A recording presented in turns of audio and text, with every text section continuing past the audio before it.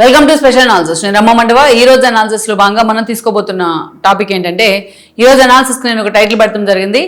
కేంద్ర మంత్రి రామ్మోహన్ నాయుడుకు శాఖ మార్పు తప్పదా అని చెప్పేసి నేను టైటిల్ ఇచ్చాను. ఆ అంశం గురించి మనం మాట్లాడుకునే ప్రయత్నం చేద్దాం. ప్రజెంట్ మనం చూసినట్లయితే రామ్మోహన్ నాయుడు కింజారపు ఎర్రం నాయుడు కొడుకు ఆయన.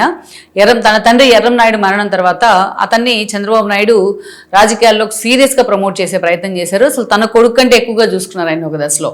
అలా రామ్మోహన్ నాయుడు అప్పట్లో చదువుకుంటూ చిన్న జాబ్ చేస్తూ ఉన్న రామ్మోహన్ నాయుడిని పూర్తిగా రాజకీయాల్లోకి తీసుకొచ్చారు చంద్రబాబు నాయుడు. అప్పటి నుంచి అతన్ని ప్రమోట్ చేసే ప్రయత్నం చేశారు. గతంలో ఎర్రం నాయుడిని ఎలాగైతే ప్రమోట్ చేసి ఆయన కేంద్ర మంత్రిగా పనిచేసి ఆ స్థాయిలో రాష్ట్ర అభివృద్ధిలో తన కీలక పాత్ర పోషించారో, కింజారప్ ఫ్యామిలీ అంటేనే అభివృద్ధి కేర్ ఆఫ్ అడ్రస్ అనేది ఎలాగ చేయగలిగాడో, సో ఆ స్థాయిలో నేను తీర్చిదిద్దుతానని చెప్పి మాటిచ్చారు ఆయన చంద్రబాబు నాయుడు రామ్మోహన్ నాయుడుకు.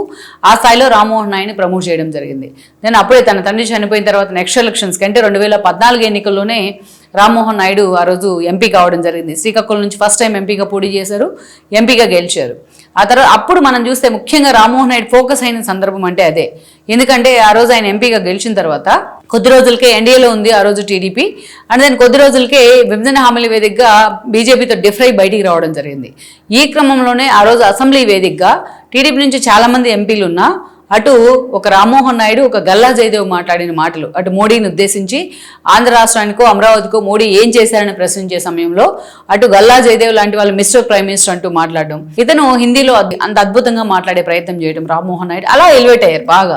రామ్మోహన్ నాయుడుకి అంత పేరు తెచ్చిందంటే ఆ స్పీచే. విభజన హామీల వేదికగా మోడీ అండ్ టీంని ఆయన నిలదీసే ప్రయత్నం చేశారు. అందుకే మిగతా ఎంపీలు కూడా ఆయన ఆ స్థాయిలో అభిమానించారు కూడా అప్పుడు. ఇక అక్కడి నుంచి మనం చూస్తే 2019 ఎన్నికల్లో ఎవరైతే రాష్ట్రం కోసం నిలబడతారో, ప్రజల కోసం పనిచేస్తారో వాళ్ళని మేము గెలిపిస్తామని జనం మరోసారి ప్రూవ్ చేశారు. మొత్తం 25 మంది ఎంపీలు ఉంటే ఆ రోజు కేవలం 3 ఎంపీలనే టీడీపీ కైవసం చేసుకుంది. వాళ్ళలో ఒకరు రామ్మోహన్ నాయుడు, గల్లా జయదేవ్ అండ్ కేసీఆర్ నాని. అలా తన వాయిస్ కోసం ప్రజలు ఆయన గెలిపించుకున్నారు.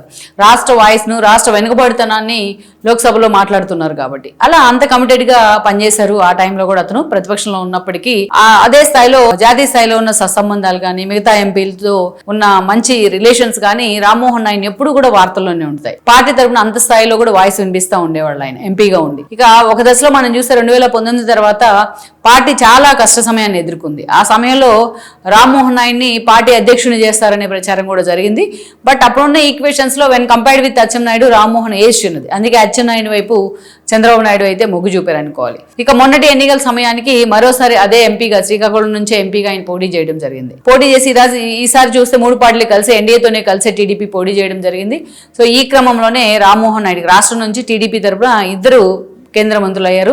ఒకరు పెమ్మసాని అండ్ దెన్ ఒకరు రామ్మోహన్. డైరెక్ట్ మినిస్ట్రీ వచ్చేసింది రామ్మోహన్ నాయుడుకి. అది కూడా ప్రజెంట్ ఆయన ఏవియేషన్ మినిస్టర్ గా ఉన్నారు. అయితే ఏవియేషన్ మినిస్టర్ గా ఉన్నప్పుడు గతంలో అశోక్ గజపతి రాజు కూడా ఎన్డీఏలో కలిసి టీడీపీ పోటీ చేసినప్పుడు 2014 ఎన్నికల్లో ఆయన కూడా ఆ రోజు ఏవియేషన్ మినిస్టర్ గానే పనిచేయడం జరిగింది. అయితే గతంలో అశోక్ గజపతి రాజు ఉన్న సమయం కంటే ఇప్పుడు రామ్మోహన్ నాయుడు ఉన్న తర్వాత కొన్ని ఇష్యూస్ తెర మీదకి వచ్చాయి. అది ఫెయిల్యూర్ గా అతని ఖాతాలో పడిన సందర్భం కూడా ఉండింది. మనం చూస్తే ఇండిగో ఫ్లైట్ ఇష్యూ ఏదైతే ఉందో దేశవ్యాప్తంగా పెను సంచలనం అయింది. అది అయితే ఒక ఏవియేషన్ మినిస్టర్ గా ఉండి ముందుగా దాని మీద ఫోకస్ పెట్టలేకపోయారు. సమస్య ఏంటి అనేది మూలాల్లోకి వెళ్ళలేకపోయారు, తెలుసుకోలేకపోయారు అనేది ఆయన మీద విమర్శలు వచ్చినాయి. ఈవెన్ నేషనల్ మీడియా ఆయన టార్గెట్ చేసింది. ఈవెన్ వైఎస్ఆర్సీపీ కూడా చాలా సీరియస్ గా రామ్మోహన్ ఆయన టార్గెట్ చేయడం జరిగింది. ఇక అహ్మదాబాద్ ఫ్లైట్ క్రాష్ ఏదైతే ఉందో ఆ ఫ్లైట్ క్రాష్ సమయంలో కూడా రామ్మోహన్ నాయుడు మీద అలాగే విమర్శలు వచ్చాయన్నమాట. ఫ్లైట్ ముందుగా ఫిట్నెస్ చెకింగ్ విషయంలో ఏవియేషన్ మినిస్టర్ అంత సీరియస్ గా ఫోకస్ పెట్టట్లేదు అనే విమర్శలు వచ్చాయి. ఆ తర్వాత మనం చూస్తే మొన్న అజిత్ పవార్ కి సంబంధించి ఆయన బారామతి వెళ్తూ ఫ్లైట్ క్రాష్ లో చనిపోయినప్పుడు కూడా ఆయన మేనల్లుడు ఇలాగే విమర్శలు చేయడం జరిగింది. పంకజ్ పవార్ అనుకుంటాను అతని పేరు. సో అతను చాలా సీరియస్ గా విమర్శలు చేశారు ఏవియేషన్ మినిస్టర్ కి. అండ్ దెన్ పూర్తి స్థాయిలో టీడీపీ ఎంత వ్యతిరేకంగా వ్యవహరిస్తూ ఉన్నారు, వాళ్ళకి పెద్ద స్థాయిలో సంబంధాలు ఉన్నాయి, దీని వరకు ఒక కుట్ర ఉంది, ఏవియేషన్ మినిస్టర్ గా రామ్మోహన్ నాయుడు ఫెయిల్ అని చెప్పేసి ఆ రోజు ఆయన కూడా ఇలాంటి ఆరోపణలే చేయడం జరిగింది. సో మొత్తం మీద అయితే దేశవ్యాప్తంగా జరిగిన ఫ్లైట్ క్రాషెస్ కో ఇట్లాంటి ఫ్లైట్ కి సంబంధించిన అంశాల్లో రామ్మోహన్ నాయుడు పేరు చాలా ప్రముఖంగా వినిపిస్తూ వచ్చింది. అసలు ఒక దశలో రామ్మోహన్ ని పక్కన పెడతారేమో అని చర్చ జరిగింది ఇండిగో ఫెయిల్యూర్ అప్పుడు. కానీ మోడీ అంటే మాత్రం అదే స్థాయిలో ఆయన ప్రమోట్ చేస్తూ వచ్చారు, ఆయన అదే స్థాయిలో ప్రోత్సహిస్తూ వచ్చారు. అటు టీడీపీ వైపు నుంచి కూడా ఆయనకు అదే స్థాయిలో సపోర్ట్ ఉండింది, లోకేష్ వైపు నుంచి కానీ చంద్రబాబు నాయుడు వైపు నుంచి కానీ. సో ఇప్పుడు దాకా రామ్మోహన్ నాయుడు మంత్రి పదవికి వచ్చిన పెద్ద కష్టం అయితే ఏం లేదు. మొత్తం అటు ప్రతిపక్షాలన్నీ వేలెత్తి చూపించినా బట్ అక్కడ రామ్మోహన్ నాయుడు తన ఫెయిల్యూర్ ఏం లేదు, తను ఎలా కమ్యూనికేట్ చేస్తున్నాననే విషయాన్ని పదే పదే చెప్పుకునే ప్రయత్నం చేస్తూ వచ్చారు. సో ఆ విషయంలో అయితే మాత్రం రామ్మోహన్ నాయుడు మీద అటు కేంద్రం వైపు నుంచి ఇటు రాష్ట్రం వైపు నుంచి అటు టీడీపీ గానీ ఇటు బీజేపీ గానీ ఇద్దరు కూడా ఆయన మీద సాఫ్ట్ కార్నర్ తోనే ఉన్నారనుకోవాలి. అయితే ఇప్పుడు ప్రజెంట్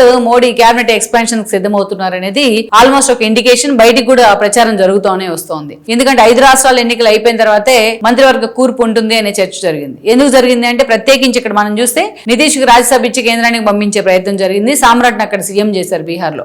సో నితీష్ కి కేంద్ర మంత్రి పదవి ఇస్తారు అనేది చాలా రోజులుగా ఉన్న ప్రచారం. దట్టు కొంతమంది మహిళలకు ప్రాధాన్యత ఉంటుంది. ఈసారి పర్టికులర్ గా సదరన్ స్టేట్స్ ని దృష్టిలో పెట్టుకుని అక్కడ జరగబోతున్న ఎంపీ ఎలక్షన్స్ జరగబోతున్న వాటిని దృష్టిలో పెట్టుకుని పూర్తిగా మహిళలకు ప్రాధాన్యత ఇస్తారు అని ప్రచారం ఉంది. దాంట్లో కూడా రాష్ట్రం నుంచి పురంధేశ్వరికి అవకాశం దక్కుతుంది అని ఇంకో చర్చ కూడా ఉంది. సో ఇలాంటి ప్రచారం జరుగుతూ ఉన్న సమయంలోనే ఒకవైపు రామ్మోహన్ నాయుడుకి సంబంధించి ఈరోజు ఆయనకు కూడా తన శాఖ మార్పు ఉండబోతుంది అని చెప్తున్నారు. ముఖ్యంగా ఈసారి ఆయన ఏవియేషన్ నుంచి పక్కన పెట్టి ఆయనకి గ్రామీణాభివృద్ధి శాఖ ఇవ్వబోతా ఉన్నారు, ఉపాధి హామీ శాఖ ఇవ్వబోతా ఉన్నారు అనేది ఒక ప్రచారం. ఎందుకు ప్రచారం అంటే గతంలో కూడా నాయుడు ఇదే శాఖకి కేంద్ర మంత్రిగా పనిచేయడం జరిగింది. సుదీర్ఘంగా గ్రామీణాభివృద్ధి శాఖ తరపున రాష్ట్రానికి నిధులు చెప్పించి అభివృద్ధి బాట పట్టించారు చాలా గ్రామాలని. అందుకనే ఈసారి కూడా ఆయనకు తండ్రి చేసిన శాఖ ఇవ్వడానికే చంద్రబాబు నాయుడు కోరుతా ఉన్నారు. ఆ శాఖ రామ్మోహన్ నాయుడుకి ఇస్తే రాష్ట్రానికి నిజంగా ప్రత్యేకంగా నిధులు తెచ్చుకునే అవకాశం ఉంటుంది, గ్రామీణాభివృద్ధి మీద ఫోకస్ పెట్టే అవకాశం ఉంటుంది అని చంద్రబాబు నాయుడు ఆ శాఖ వైపు మొగ్గు చూపుతున్నారు అన్న ప్రచారం అయితే ఉంది. ఇప్పటికే మోడీతో ఈ విషయం డిస్కస్ చేశారని కూడా ఒక ప్రచారం జరుగుతోంది. లెట్స్ సీ, మొత్తానికైతే మాత్రం ఈ యాంగిల్లో చూసినట్లయితే రామ్మోహన్ నాయుడికి శాఖ మార్పు తప్పదు. ఎందుకంటే మంత్రివర్గ ప్రక్షాళన కూడా ఉంటుంది కొత్త మంత్రులు చేర్చుకునే క్రమంలో. సో శాఖ మార్పు తప్పదనే ప్రచారం ఉంది. సో మొత్తానికి నిజంగా ఆ దిశగా మోడీ ఫోకస్ పెడతారా లేదా అన్నది కూడా మనం చూడాలి.